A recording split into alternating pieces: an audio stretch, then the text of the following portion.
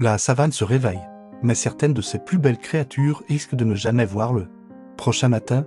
Braconnage, destruction des habitats, trafic illégal, le compte à rebours a commencé.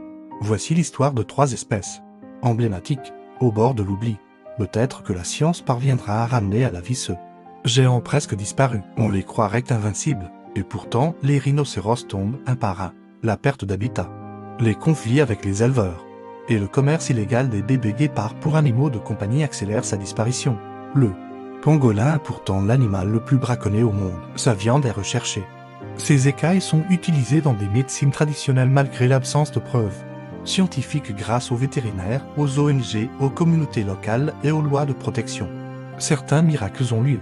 Ces noms ne doivent pas rejoindre la liste des disparus, car derrière chaque espèce, c'est tout un équilibre qui s'effondre. Et si nous les protégeons, alors c'est aussi un peu de notre humanité que nous sauvons.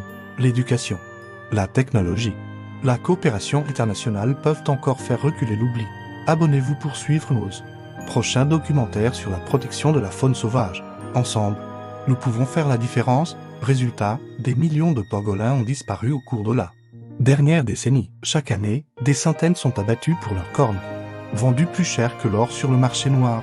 Des centres de soins qu'accueillent aujourd'hui les survivants et plusieurs pays interdisent enfin leur commerce. En Afrique, le rhinocéros blanc du Nord n'existe plus qu'à travers 2 femelles stériles. Le mâle est mort en 2018, mais des efforts colossaux sont en cours, surveillance armée, sanctuaires protégés, et même fécondation in vitro est l'animal terrestre le plus rapide du monde. Pourtant, il n'échappe pas au danger. Il ne resterait que 7-0 guépards à l'état sauvage sur tout le continent africain. Mais dans certains pays comme la Namibie, des programmes innovants ont été mis en place, colliers GPS, éducation des fermiers, et chiens de garde pour éloigner les prédateurs. Résultat, les conflits humains-faune diminuent, et les populations de guépards commencent à se stabiliser.